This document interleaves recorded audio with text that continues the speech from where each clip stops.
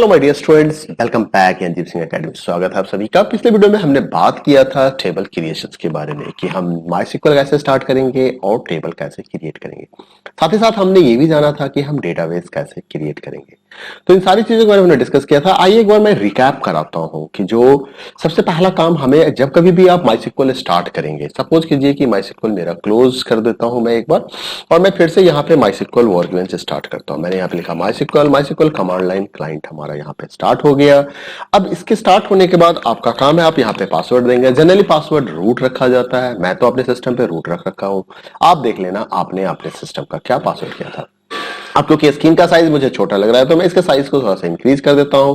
Font 24 या 28 करके मैं इसको ओके करता हूं। एरर मैसेज आएगा, कोई बात नहीं, इसको इग्नोर कीजिए, बट आपके स्क्रीन का साइज बिग हो जाएगा। और अब आप देख सकते हैं आपका सबसे पहला काम होता है कि आपको अपने डेटाबेस को क्रिएट करना होता है। क्योंकि ऑलरेडी मैंने डेटाबेस क्रिएट कर रखा है तो मैं चेक करता हूं शो डेटाबेसेस कमांड से। मैंने यहाँ पे लिखा शो डेटाबेसेस, और शो डेटाबेसेस लिखते ही हमारे सामने कई सारे डेटाबेसेस दिख रहे हैं, जिसमें एक इन्फोटेक 802 नाम का भी डेटाबेस है मेरे पास। तो चलिए मैं इस डेटाबेस को ओपन करूंगा। डेटाबेस को ओपन करने का मतलब है कि अब जो डेटाबेस ओपन होने के बाद हम जितने भी काम करेंगे हम इसी डेटाबेस के अंदर करेंगे। तो चलिए हम डेटाबेस को ओपन करते हैं, और मैंने लिखा यूज इन्फोटेक। मैंने पीछे भी बताया था आपको कि MySQL is not a case sensitive language, तो केस सेंसिटिव नहीं है, तो अच्छी बात है आपके लिए। तो चलिए मैंने इस डेटाबेस को यूज कर लिया। यूज करने के बाद I want to check how many tables are available and which tables are available in this. So for that I have to give a command and the name of the command is the show tables. तो आपको show tables command यहां पे देने होंगे। तो मैंने दे दिया show tables command. इसके बाद मैं प्रेस करता हूं enter key, and now I will see there is only one table and the name of the table is the teacher. Teacher नाम का टेबल है यहां पे मेरे पास, जो मैंने पिछले वीडियो में बनाया था। आइए अब मैं इस टीचर टेबल का स्ट्रक्चर आपको दिखाता हूं। तो मैंने यहाँ पे कमांड यूज किया डेस्क, और यहाँ पे मैं टीचर्स टेबल का नाम लिख के सेमीकोलन देता हूं।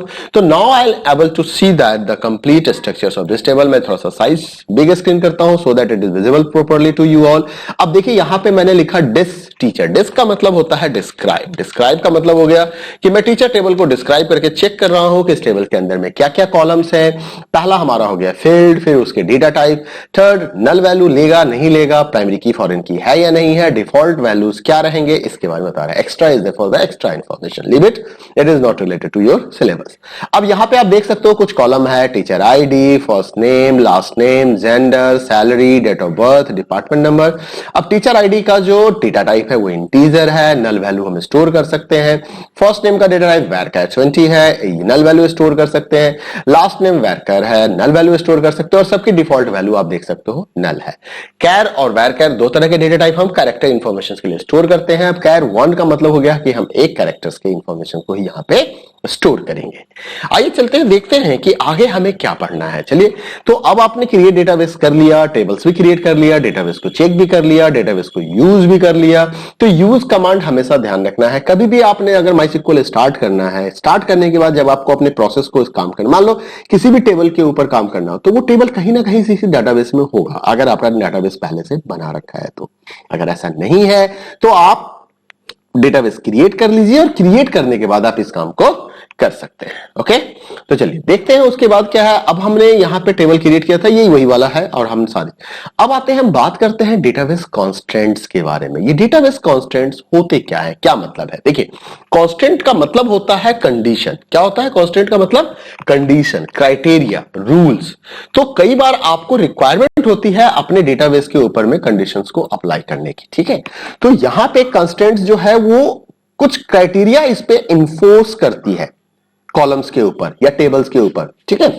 जिससे क्या होता है कि आपका जो काम करने का तरीका है वो प्रॉपर हो जाता है। अब जैसे मान लीजिए कि मैं ये चाहता हूं कि इस टेबल्स में इस एम्प्लॉय टीचर आईडीज की जो वैल्यू हो वो 1 से लेके 100 के बीच में हो, तो मैं कुछ क्राइटेरिया लगाऊंगा सो दैट कि अगर किसी ने वैल्यू इनपुट किया तो वो वैल्यू प्रॉपर वैल्यू हो। मैं चाहता हूं कि इसकी डिफॉल्ट वैल्यू नल रहे, इसमें नल वैल्यू एंटर हो जाए। मैं चाहता हूं इसमें नल वैल्यू नहीं जाए, नॉट नल रहे, मतलब कोई नल वैल्यू इसमें नहीं डाल सके। तो इस तरह से आप क्राइटेरिया डिफाइन करते हैं, और ये जो कॉन्स्टेंट्स होते हैं ना वो इस की के सामने दिखाई देता है, ये डिफॉल्ट वैल्यू के सामने आपको विजिबल होता है, ठीक है। तो आइए देखते हैं कि हमारे पास क्या क्या कॉन्स्टेंट्स हैं। जो सबसे पहला कॉन्स्टेंट्स है, that constant is called not null constants. Not null का मतलब क्या होता है समझते हैं। नॉट नल का मतलब ये है कि आप ये कहते हो कि we don't want to give any null value to this field, मतलब इस फील्ड को हम कोई नल वैल्यू देना नहीं चाहते हैं। An attribute value may not be permitted to be null, मतलब जब कोई वेरिएबल कोई फील्ड के अंदर में आप ये चाहते हो कि उसको नल वैल्यू ना दिया जाए और हम नहीं डाल सके, तो ऐसे केस में हमें कौन सा कांस्टेंट यूज करना होता है? नल कांस्टेंट्स, यानी कि नॉट नल कांस्टेंट्स हम वहां पे यूज करते हैं। जैसे कि आप देख सकते हो कि यहां पे देखो इस टेबल में क्रिएट टेबल टीचर्स लिखा हुआ है, टीचर आईडी इंटीजर है, ठीक है, लेकिन आप फर्स्ट नेम के साथ देखो यहां पे लिख दिया गया नॉट नल। मतलब क्या है कि आप किसी भी टीचर्स की जब आप एंट्री करोगे, रिकॉर्ड्स क्रिएट करोगे, तो उसकी फर्स्ट नेम में आप नॉट नल वैल्यू नहीं दे सकते, मतलब आप ये नहीं कह सकते उसका कोई फर्स्ट नेम है ही नहीं। जनरली क्या होता है कि हमारे फर्स्ट नेम भी होते हैं और हमारे लास्ट नेम भी होते हैं।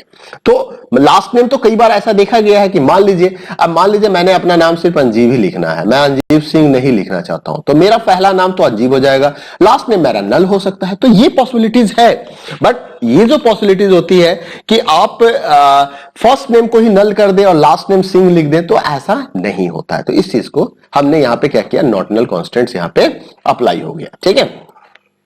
तो हैव यू अंडरस्टैंड कि नॉट नल का मतलब क्या हो गया? नॉट नल का मतलब हो गया not giving any null value, not allowed to insert the null value. Null value क्या होता है, एक चीज ये भी जानना चाहिए आपको, नल का मतलब होता है null is a legal empty value, एक लीगल एम्पटी वैल्यू होती है माइस्क्ल के अंदर में।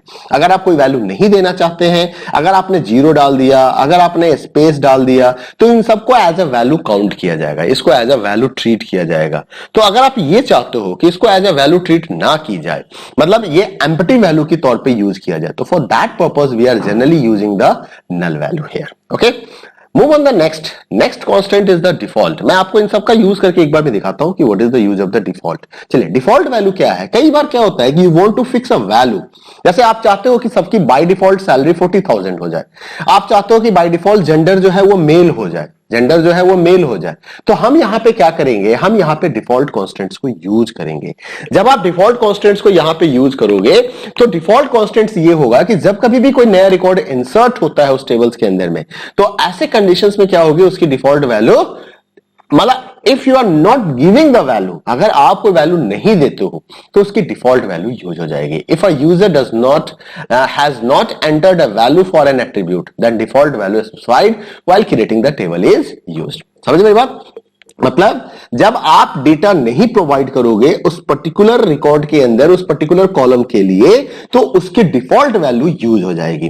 जैसे कि मैंने आपको यहां पे अभी दिखाया था कि बाय डिफॉल्ट वैल्यू क्या है सबकी, बाय डिफॉल्ट आप देख सकते हो डिफॉल्ट वैल्यू नल है। मतलब क्या है कि अगर आप कोई वैल्यू नहीं देते हो इनमें से किसी भी कॉलम की, तो उसकी डिफॉल्ट वैल्यू क्या रहेगी, नल रहेगी, मतलब रिकॉर्ड नल आएगा वहां पे। बट अगर आप चाहें तो आप उसकी डिफॉल्ट वैल्यू को स्पेसिफाई कर सकते हैं, in place of null you can give something else. और जैसा कि आप देख सकते हो कि जैसे ही आपने इसकी सैलरी की डिफॉल्ट वैल्यू आपने 40,000 कर दी, तो यहां पे देखिए सैलरी और डिफॉल्ट की जगह पे देखिए यहां पे क्या दिखाई दे रहा है, 40,000 आपको दिखाई दे रहा है। तो that is the advantage here. इसके बाद आता है हमारा check constant. Check constants actually MySQL में प्रॉपर्ली वर्क नहीं करता है, इस चीज को ध्यान रखना है, but you have to learn about this. Check constants actually restrictions के लिए होता है, जब आप रिस्ट्रिक्ट करना चाहते हैं, जब आप ये दिखाना चाहते हैं कि the value of particular columns is belongs between this and this और must not be exceeded by this. मान लो आपने, जैसे आपके क्लास में 40 बच्चे हैं और किसी का रोल नंबर नाम का एक कॉलम है सपोज करते हो, तो रोल नंबर की वैल्यू जो होगी वो 1 to 40 होगी, मतलब मैक्सिमम अलाउड है कि भाई 40 बच्चे ही हो सकते हैं, तो जो रोल नंबर होगा वो 1 to 40 होगा, उससे ज्यादा रोल नंबर आप नहीं दे सकते हो, है ना। और अगर आपने उससे ज्यादा रोल नंबर दे दिया वहां पे, तो वो समस्या बनेगी उस जगह पे, ठीक है। तो हम चाहते हैं कि भाई इसकी चेकिंग हो जाए कि नहीं, किसी ने बाय मिस्टेक भी एक 40 से ज्यादा रोल नंबर तो नहीं दे दिया। तो इसी चीज के लिए हम क्या करते हैं, हम चेक कांस्टेंट्स लगाते हैं। But unfortunately in MySQL check constant is not working properly. आपको चेक कांस्टेंट्स लिखना कैसे है, जैसे देखिए यहां पे लिखा गया चेक, और यहां पे validity the department number must be less than 100, less than equal to 110, ठीक है।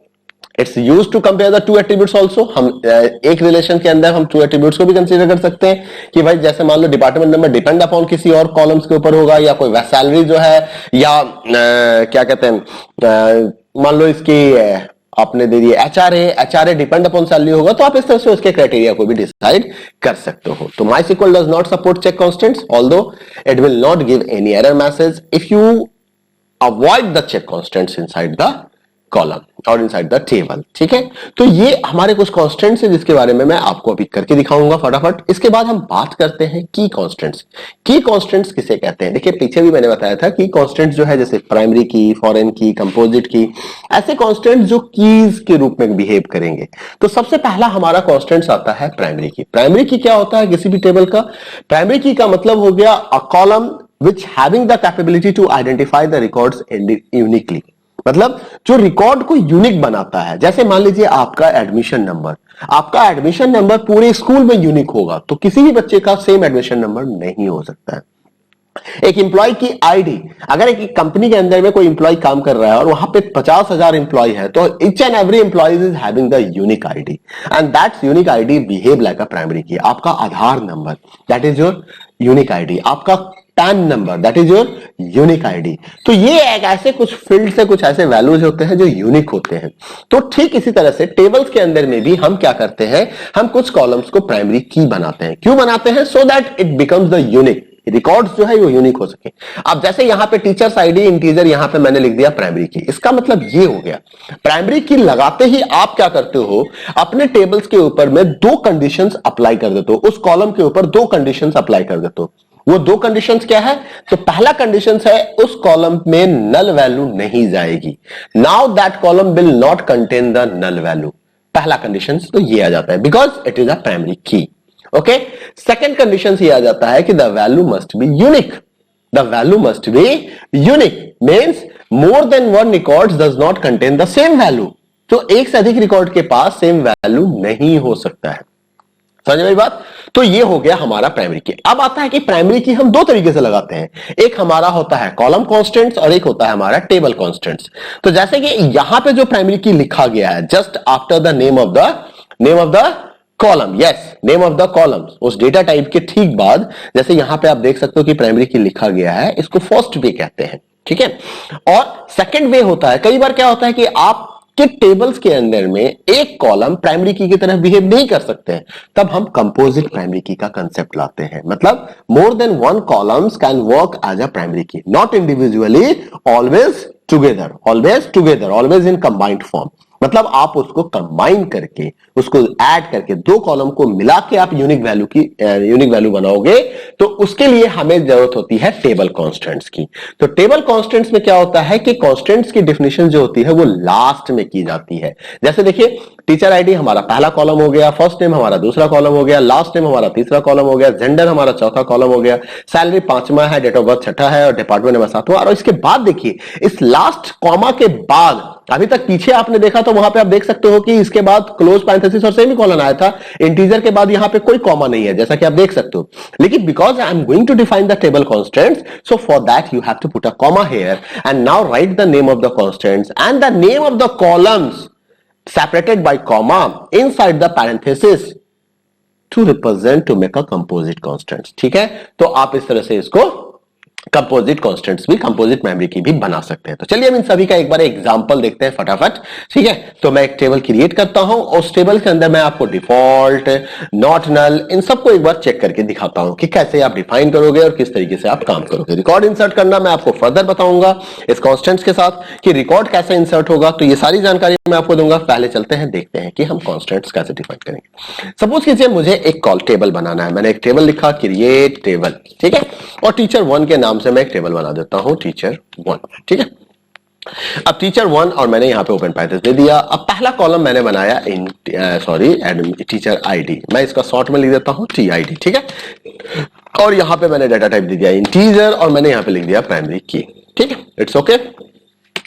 सेकंड मैं यहां पे मैंने लिखना चाहता हूं फर्स्ट नेम, तो मैंने एफ नेम लिख दिया, यहां पे लिख दिया varchar और varchar में मैंने स्पेस दे दिया 20 और यहां पे लिख दिया नॉट नल। ठीक है, मैं सारे चीज को एक साथ दिखाऊंगा आपको।